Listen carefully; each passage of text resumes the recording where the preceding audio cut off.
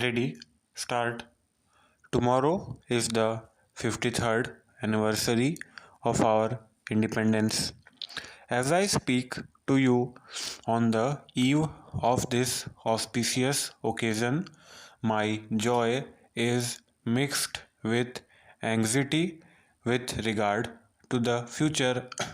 The founding fathers of our Constitution had reposed faith in the maturity and innate wisdom of our people and had envisaged a steady and progressive evolution of the quality of the democratic way of life in our country.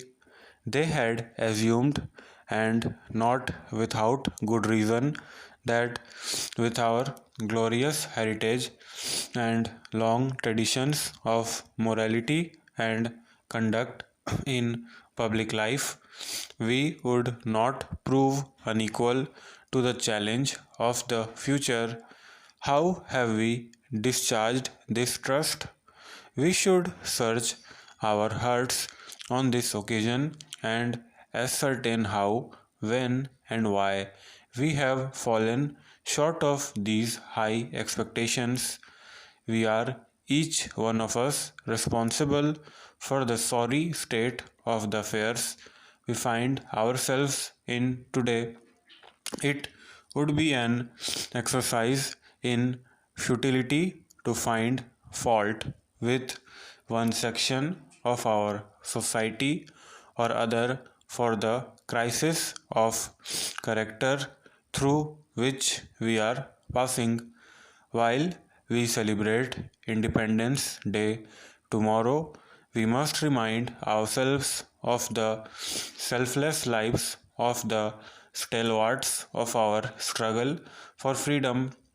We have been an example to the rest of the world as the world's largest democracy, an oasis in a part of the world.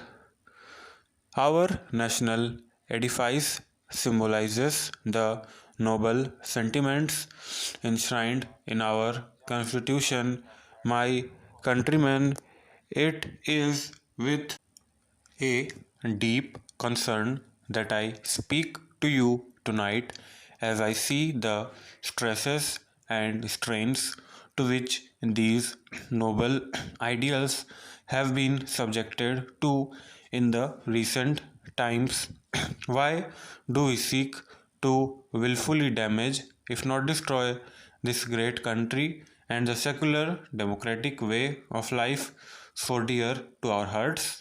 Everywhere around us today, we hear not counsels of restraint and conciliation, but discordant voice raised in a spirit of confrontation which threaten to destroy the very foundations of our society. This is no time for mutual recrimination or equally barren destructive criticism. Indeed, this is the time and opportunity for national reconciliation. Irrespective of caste or creed, men and women of goodwill need to exert themselves to the utmost to shoulder the heavy and onerous responsibilities which our present complex situation demands. This shall enable to build the democratic fabric which our forefather wished for our beloved country for the future.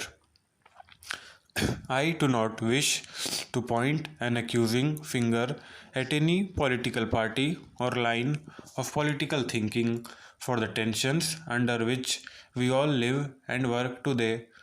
On the other hand, I wish to appeal to you to take stock of our present situation objectively and join hands in a forward looking and constructive exercise to restore harmony among ourselves and also ensure that no quarter will be given to those who work for the disintegration of our nationhood. All of us are Indians first and Indians last. If India dies, who amongst us will live? And will such a life be worth living? This sobering thought should guide and conduct us in the crucial days ahead. Our constitution, which is the most comprehensive written constitution in the world, cannot obviously provide for every possible contingency in our national life. Necessarily, therefore, healthy conventions based on sound and lasting principles of public morality and uncompromisable basic values in public life will have to be evolved. But this is not all. We have to take note of the rapidly changing lifestyle of our body politic. Never since independence have principles been compromised and the basic values of life treated with such contempt. The time is ripe now for enlightened public opinion in the mainstream of our national life to consider the steady and cumulative deterioration of standards in public life and public morality in all its aspects and review the provisions of the constitutions in the light of our experience of working it over the last 3 decades. We are today facing tasks of such magnitude and complexity as our people have not faced before. Here again, I do not wish to apportion blame to shortcomings in one or other sphere of nation building activity. In our hearts, all of us know where our failures lie. All of us also know that the goals we have set for ourselves cannot be achieved without the cooperation and goodwill of all sections of our society. What then is holding us up in our march towards the realization of our dreams for prosperity and happiness for all? I would like you all to ponder over this vital issue.